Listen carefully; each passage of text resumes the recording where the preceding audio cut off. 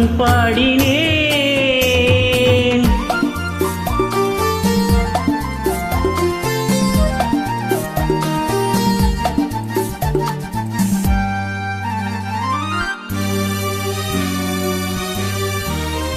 விழி ஓரங்களில் சில நேரங்களில் வரும் பாவங்களும் கவியாகும். அந்த கவிதைகளில் உள்ள பொருள் அறிந்து அதை சுவைப்பதுதான் கலையாகும்.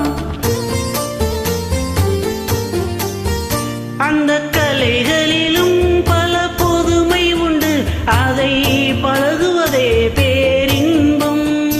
இந்த வாசலிலே ஒரு காவலில்லை, இனி காலமெல்லாம் உன் சொந்தம்.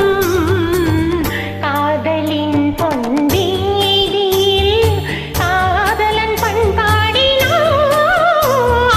கண்ணோடு ஒருத்தி வந்தால் என் கண்ணோடு ஒருத்தி வந்தால்.